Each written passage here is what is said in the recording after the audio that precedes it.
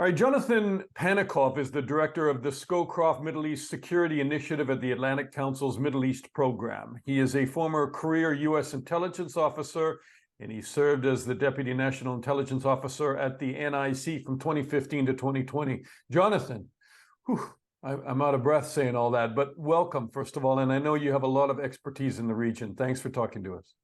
Thanks for having me. I'm thrilled to be here. As an intelligence person, let's talk about intelligence first. How do you think Israel just didn't see this coming? Look, Dana, you're 100% right. They didn't. This was obviously an intelligence failure. This was a security failure. This was a political failure. I think distinguishing those threads in the coming months is certainly going to be important. There will be, I'm sure, a full-scale review on exactly what happened. That's obviously going to have to wait until after the conflict. You are already hearing rumors and articles about maybe the Egyptians had highlighted something big was happening. Was there concern about troops being moved from areas around Gaza to the West Bank? I think there's obviously, usually when you have an intelligence failure like this, it's rare that it's just one thing, that there was some sort of smoking gun that was missed. Usually it's a combination of pieces not having been put together. But look, the Israeli intelligence community has phenomenal professionals, and they will take on whatever lessons come from this. They will be hard lessons, and they will improve. Probably, if coincidentally they are comparing this just not only to 9/11 but also to Pearl Harbor. Yeah, there may be a lot of parallels with Pearl Harbor because there were warnings and there was intelligence, and I don't doubt that Israel probably had intelligence. It was the way it was analyzed, or it was the way it was not acted on, and that's probably where we're going to go at the end of it. But look, let's move on, because you have written with great concern, and I share your analysis, that there is a very good chance of this spreading, and it is not just going to be limited to Gaza. If it does spread, and it could spread very quickly, can you just speak to that?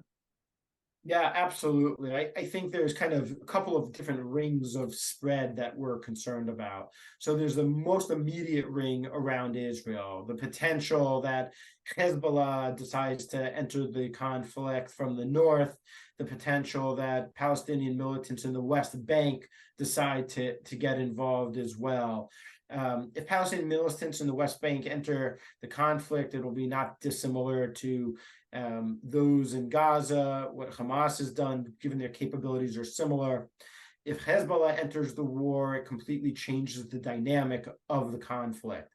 Hezbollah has precision-guided missiles. Hezbollah will almost certainly seek to take out Ben Gurion Airport, many of the seaports, the Israeli gas fields. That will completely change the nature of the conflict in a way that the Israelis really haven't fought before. And I think it's also one of the reasons that you've seen the United States move the USS Gerald R. Ford carrier group into the Mediterranean. That is not about Iran, for example. That is about a threat gesture and trying to deter Hezbollah from striking Israel and becoming involved in the conflict. And look, there's reasons on both sides to believe that they may not actually want to.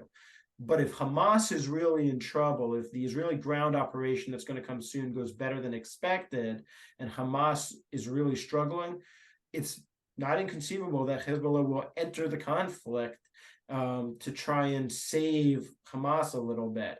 It's also not inconceivable that they have their own calculations, that if Israel is really bogged down, they will say it is too good of an opportunity to pass up, that we don't know when we're going to get it again.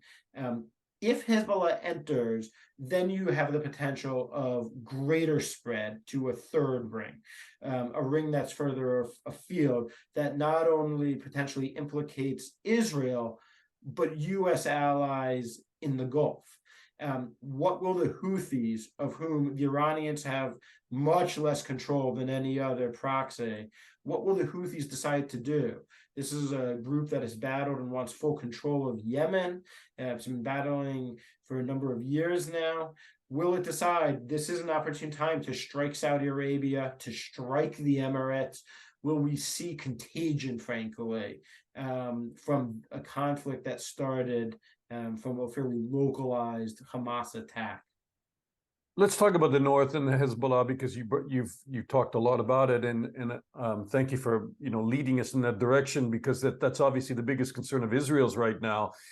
As we are speaking, in the last hour, there have been artillery exchanges from the Israelis, outgoing and rocket attacks coming into Israel. Very limited amounts so far.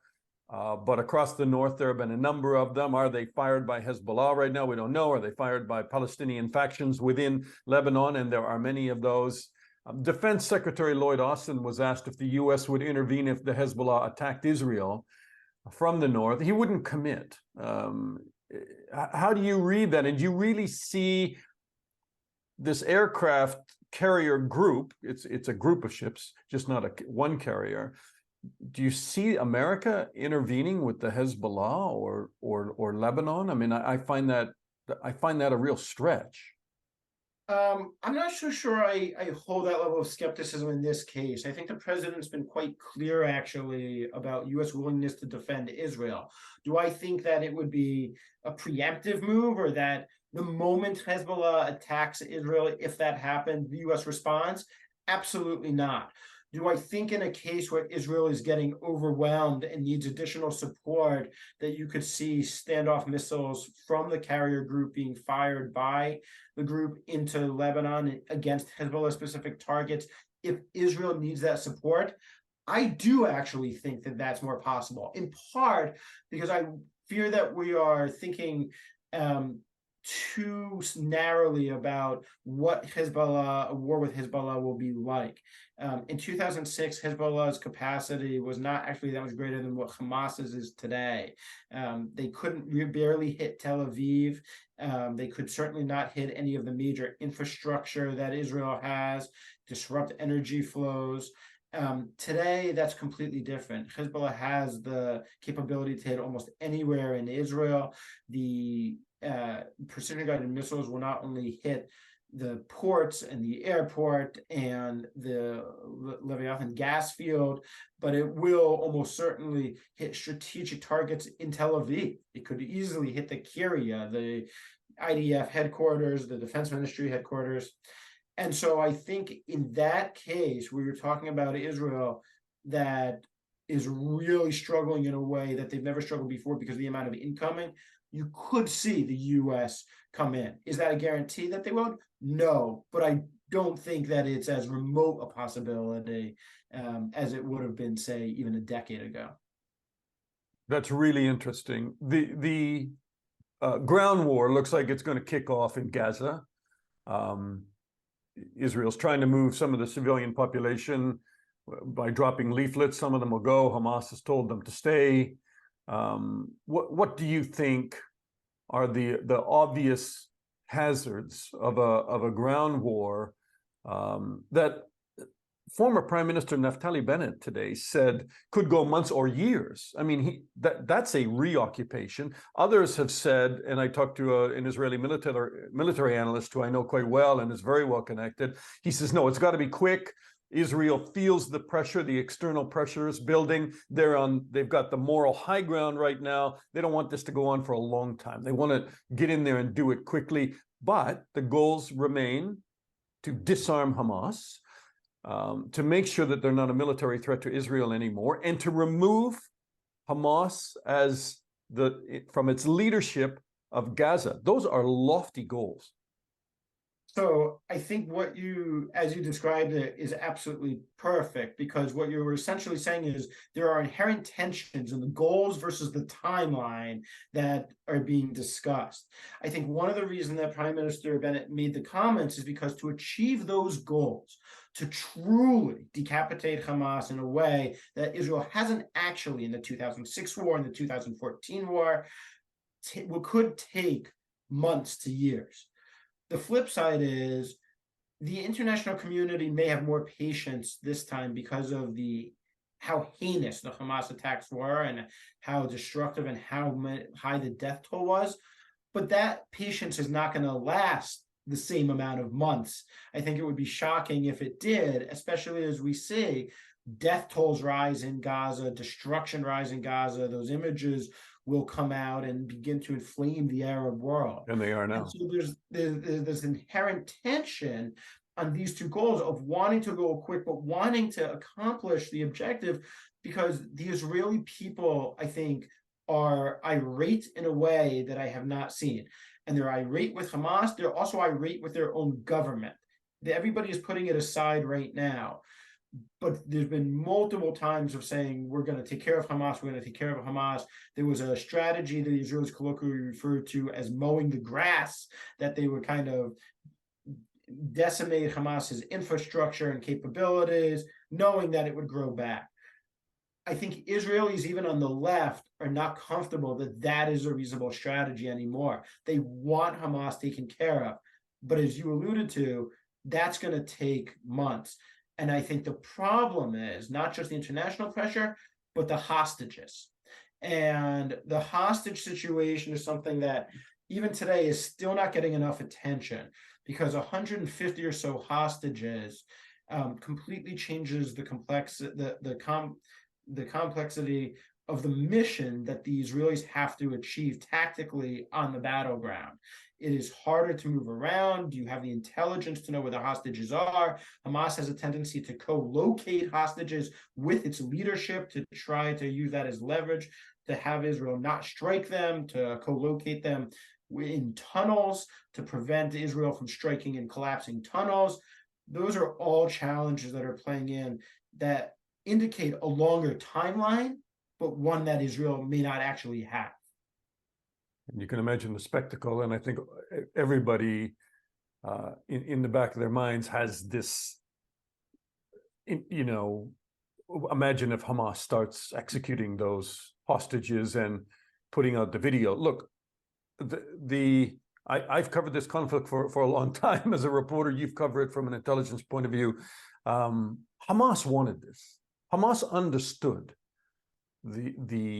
they may not have understood how far they could get and how many they would kill and how many hostages they would take, but they knew that they would anger Israel and that there would likely be a ground invasion.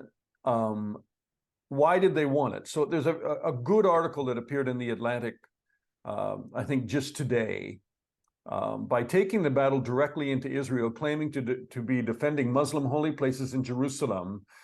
Hamas seeks to belittle Fatah and demonstrate the primacy of, in its policy of unrestrained armed struggle over the PLO's careful diplomacy. And moreover, Hamas and its Iranian patrons want to block the diplomatic normalization agreement that the United States has been brokering between Israel and Saudi Arabia.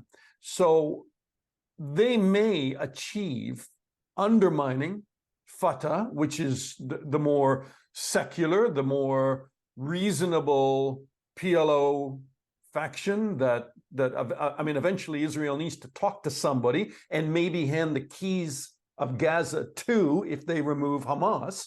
And in larger geopolitical terms, Iran may have switched all this on because they want to torpedo that deal with Saudi Arabia and normalizations of Israel relations with Israel. I think that's absolutely right, and everything you're saying is part of this. I would also encourage your readers. There is a article on foreign affairs as well by Matt Levite, who I should note is a friend and colleague at a different think tank, The War Hamas Has Always Wanted, which addresses some of these issues as well. I think anybody that subscribes to the idea that Hamas had a singular reason for doing this, I think is going to be disappointed. I think there's multiple things that are true here at once. I think undermining Fatah is absolutely true. I think concern about normalization is absolutely true. I am more skeptical than some of my colleagues that this is about Saudi normalization specifically. I think it's about normalization as a whole. And the reason I'm skeptical is the planning for this attack had to take place at least a year before. It was so complex and so intense. And more likely, there was a Hamas official who came out and said, no, planning's been in the work for 2 years. That's long before Saudi-Israeli normalization was on the table. but it's part of a broader normalization discussion. The UAE, Bahrain, Morocco had all normalized. And so I do think it is about impeding the normalization that's happening there. I also think one thing that isn't getting enough attention is part of it was probably about, for Hamas, has been struggling domestically two different ways. It's been struggling with a large segment of the Palestinian population in Gaza who hates Hamas and wants nothing to do with them, and was getting frustrated by the lack of services, the lack of supplies, the lack of what Hamas was delivering as a government. And then on the other side, you had extremists within the Hamas camp who were frustrated watching Palestinian Islamic Jihad and some of the other smaller militant groups in the Gaza Strip undertake attacks, even if they weren't particularly effective, and Hamas sitting idly by, and Hamas saying, it's finally time, we've been planning for this, we need to go, so that people don't actually go to more extremist groups. I think all of these things are part of the factors that drove Hamas to attack. I don't think it's just one thing. I think it's the domestic side. I think it's the normalization. I think it's Fatah. I think all of these things are true. I also think, however, it's going to be really interesting in the days to come. Did Hamas actually expect to be as successful as they were? There's a term called catastrophic success that we use sometimes, meaning that, you know, Hamas had 3-4 different ways to go into Gaza: air, land, sea. They had multiple entry points. It's not unreasonable to think that Hamas expected to be stopped at many of these places, that it didn't actually expect to get through in all the ways and all the entry points it did. And by doing so, the death toll and the hostage toll is actually much higher than it expected. And that obviously can be used for great leverage for Hamas, but it does create more challenges potentially as well, because the Israelis are going to be much more intense about their reaction in the ground operation to start. Can you, I don't want you to agree with me again, because then my ego's gonna get too big, you know, but I'm joking. Can I ask you one other thing that has perplexed me for several decades, covering the Middle East and being in Gaza and being in the West Bank? Why, and Netanyahu is at the top of this pyramid, to constantly weaken the more moderate, secular Palestinian Authority, which is someone that originally, when Yasser Arafat came and was based in Gaza, I mean, Fatah was ruling the show. And why has Netanyahu not taken the opportunity to strengthen the PLO and Fatah, rather than sitting there watching Hamas get slowly more brutal, more bloody, and more of a threat to the state of Israel? I think there's a couple things going on. One was a strategic calculation that clearly today is absolutely wrong, that Israel could contain and handle Hamas. So there was no great incentive to strengthen Palestinian moderates in the PA, in Fatah, wherever. I think there's a second part of this is that for a number of Israeli leaders, not just Netanyahu, but also others, their view has been, frankly, for a long time now, that there isn't a reasonable partner on the other side, that no matter how far back you go, negotiations always collapsed in on themselves for peace agreements, for a two-state solution, whether it was, obviously most prominently, we think of Ehud Barak and Yasser Arafat, but even much more, almost a decade after that with Ehud Olmert and negotiations he had, that there's just no person to negotiate with. The problem in that sense, though, and thinking that, is that what it's left is nobody to engage with, nobody to talk to. It's left the extremists to rise in the West Bank and in the Gaza Strip. And so it's easy, as we saw in 2007, when Hamas violently kicked out the Palestinian Authority. The problem became the West, I think, and I think that one of the political mistakes that was made was, in the West, we have a tendency to view elections as the be-all and end-all. That elections are going to be how we demonstrate that we're moving in the right direction as a society and for progress toward Western ideals. Right. And Hamas won that election in 2006. 2007, Yeah, 2000, exactly right. 2006, and Right. then they kicked out Fatah in a bloody confrontation between Palestinians themselves in 2007. Exactly. You're right. You're right. And so that's the fundamental challenge. So Hamas's view is we are the legitimate power. We won. And so we're not going to be able to take the West Bank, but we are going to take Gaza. And so what Israel saw from that, and what the US, I think a lot of folks saw from that, understandably, is we have no interest in dealing with a terrorist organization in charge. So we're just going to try to contain it. Obviously, the containment strategy worked for a while until it didn't in the most vicious and heinous of terrorist attacks. Interesting statistic, and then I'm going to let you go. I was reading that the election in 2006, today in Gaza, more than 50% of the people living there is a new generation, never voted in that election, never even knew who Fatah was in Gaza. They know who they are in the West Bank, but never lived under Fatah in Gaza. All they've known is Hamas. And incredible, right? Incredible. 100%. I think there was already a number of folks, myself included, who were incredibly concerned about the demographics in both Gaza and the West Bank. It's not only some of them who've only known Hamas, but most of the folks who are young have no memory of the first Intifada, let alone the second Intifada. And you've got well over 50% of the population under the age of 30. That creates a terrible dynamic. If you have no historical memory, then it makes it very, very easy to engage in the same sorts of actions again, to call for violence, to seek violence, to say that is the only way forward, especially if you haven't seen any progress, not only from Israel, but frankly, from the Palestinian Authority themselves and from Hamas, both of which are viewed as corrupt, inefficient, and unwilling to provide the very basic provision of services that the Palestinian people are looking for. Yeah, what an interesting thing to say. The fact that a lot of people don't remember that there were these moments of violence in the intifadas, that the peace process led to a lull in that, and redeployment of Israeli forces out of these big centers in the West Bank, Jericho, Ramallah, Hebron, or partially anyway, and the Gaza Strip, and that there was real hope at one point. Now you just have now you have a new generation that just doesn't see any of that, but the calls for violence. Jonathan Panikoff is the director of the Scowcroft Middle East Security Initiative at the Atlantic Council's Middle East program. Jonathan, a real privilege to talk to you and meet you. Thank you so much. Thank you for having me. It was thrilling to be here.